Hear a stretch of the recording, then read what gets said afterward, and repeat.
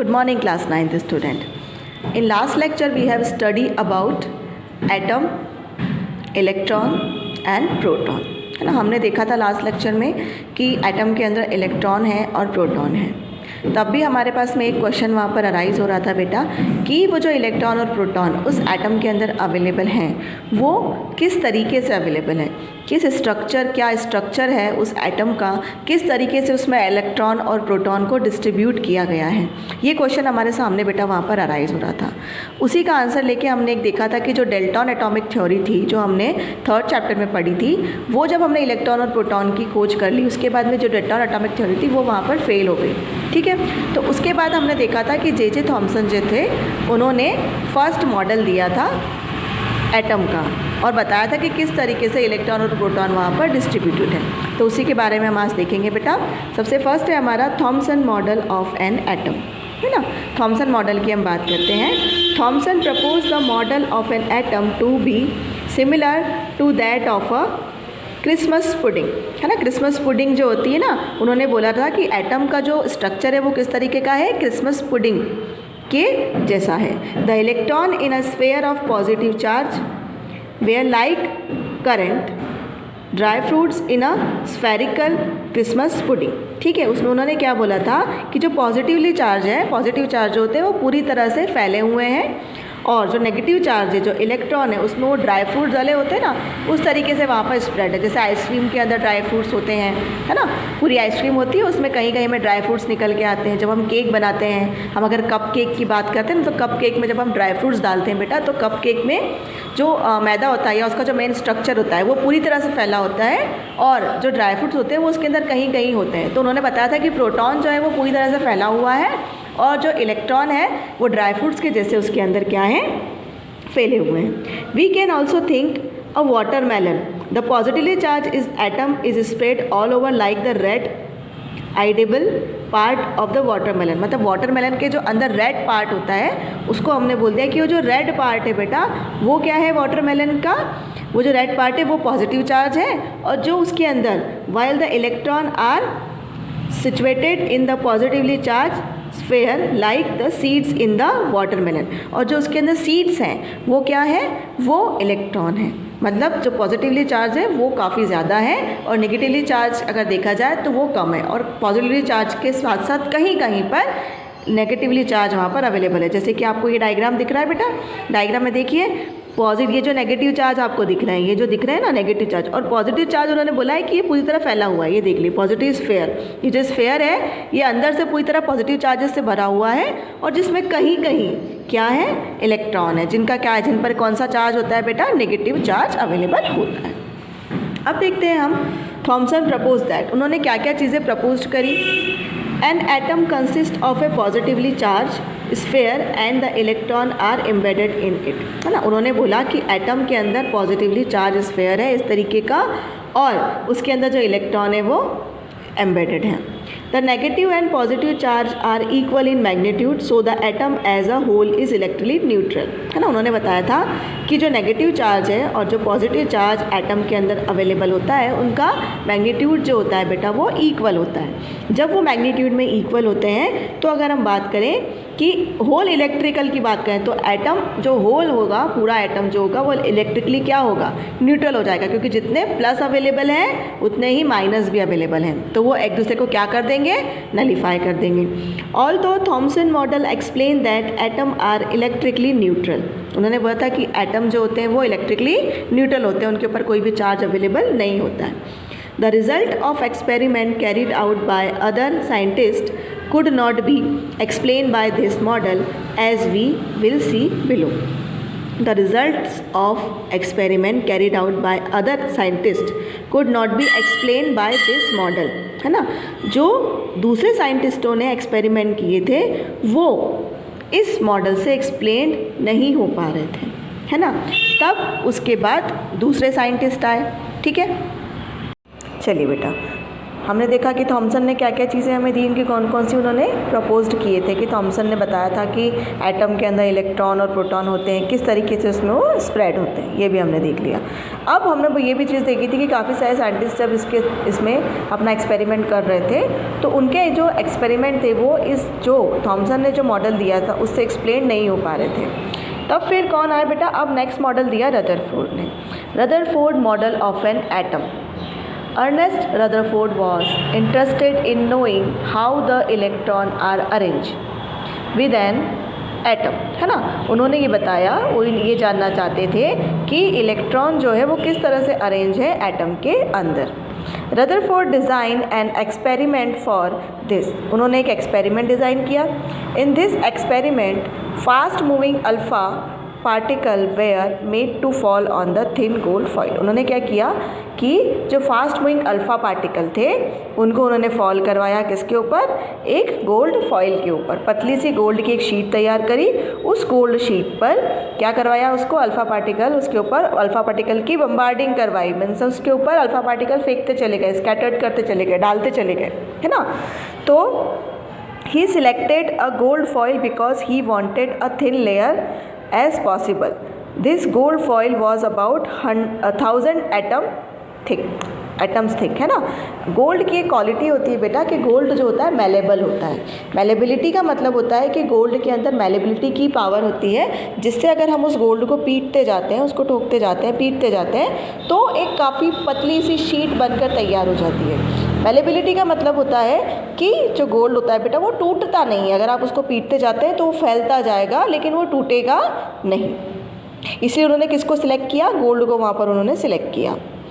Alpha particle are doubly charged helium ions since they have a mass of 4u, है ना।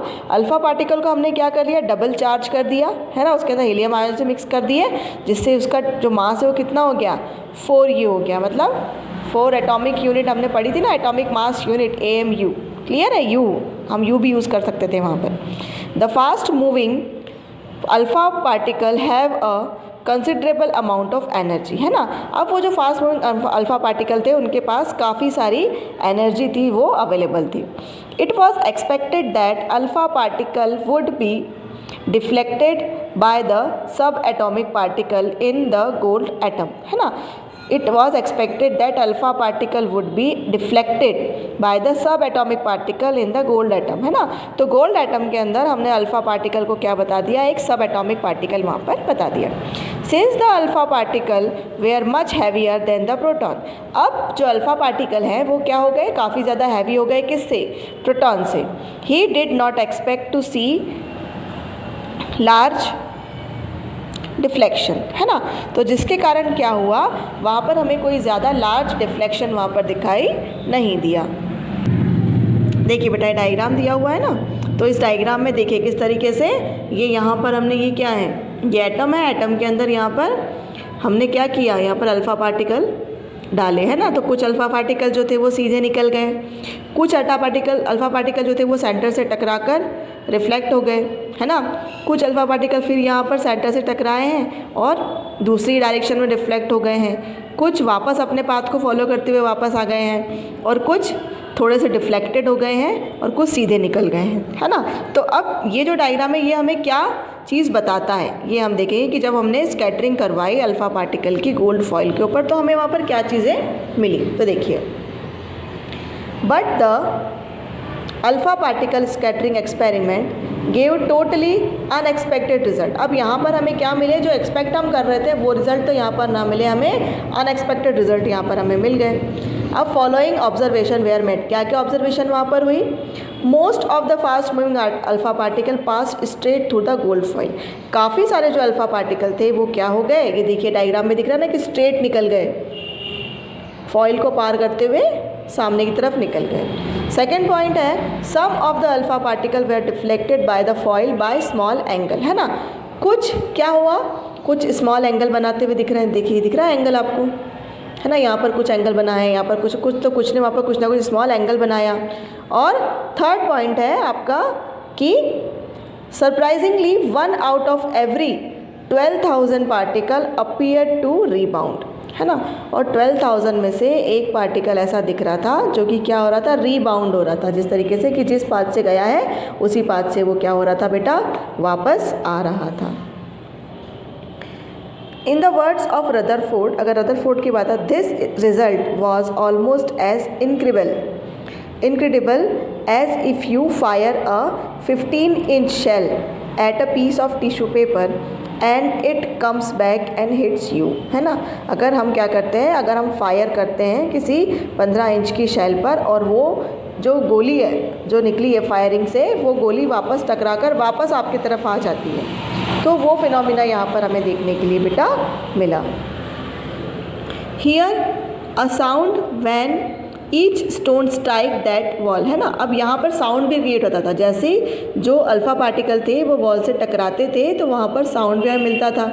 If he repeats this 10 time he will hear the sound 10 time. अगर ये इसी experiment को हम 10 बार करते हैं, 10 टाइम इसको रिपीट करते हैं, तो वही 10 टाइम में हमें वापस से वो जो साउंड है वो सुनने को मिलता है। But if a blind folding child were to throw stone at a barbed wire, है ना, fence, most of the stones would not hit the fencing and no sound would be heard. जैसे कि अगर आपकी आंखों पर पट्टी बांध दी जाए, ब्लाइंड फोल्ड कर दिया जाए, आपको पट्टी बांधने के बाद बच्चे की आंखों पर पट्टी बांध दी जाए और जो फेंसिंग होती है ना वायर्स की, उस फेंसिंग के ऊपर उसे बोला जाए कि इस फेंसिंग के ऊपर अब आपको क्या करना है बेटा, पत्थरों को फेंकना है, तो काफ़ी सारे पत्थर क्या होंगे, उस फेंसिंग से पार निकल जाते हैं और कुछ पत्थर ही ऐसे होंगे जो उसे टकराएंगे और हमें वहाँ पर साउंड जो है सुनाई देगा। This is because there are lots of gap in the fence which allow the stone to pass through them. मतलब क्या है, उन फेंसिंग के बीच में काफ़ी सारा स्पेस है जो कि खाली है, जिसके थ्रू जो स्टोन है वो क्या हो जा रहे हैं बेटा, बाहर की तरफ निकल जा रहे हैं। Following is similar reasoning Rutherford conclude from the alpha particle scattering experiment. अब क्या क्या उन्होंने ऑब्जर्व किया ये देखते हैं। Most of the space inside the atom is empty because most of the alpha particle pass through the gold foil without getting deflected, है ना। तो किसी भी जो एटम होता है उसके अंदर काफ़ी सारी स्पेस ऐसी होती है जो कि खाली होती है और इसी खाली स्पेस के कारण क्या हुआ, काफ़ी सारे अल्फा पार्टिकल जो हैं वो सीधे निकल गए। Very few particle were deflected from their path indicating that the positive charge of the atom occupy very little space, है ना। काफ़ी कम जो पार्टिकल थे वो डिफ्लेक्ट हुए हैं, है ना, जिससे ये प्रूफ होता है कि जो पॉजिटिव चार्ज है उसने काफ़ी कम स्पेस वहाँ पर ले रखा है। जैसे कि थॉमसन ने बताया था कि काफ़ी सारे स्पेस में प्लस चार्जेस हैं, उसमें थोड़े थोड़े में माइनस चार्जेस अवेलेबल है। अब यहाँ पर ये प्रूफ हो गया कि बहुत सारे स्पेस में प्लस चार्जेस नहीं अवेलेबल है, वहाँ पर पॉजिटिव चार्ज काफ़ी छोटा एरिया ऑक्यूपाई किया हुआ है वहाँ पर। A very small fraction of alpha particle were deflected by 180 indicating that all the positive charge and mass of the gold atom were concentrated in a very small volume with the atom.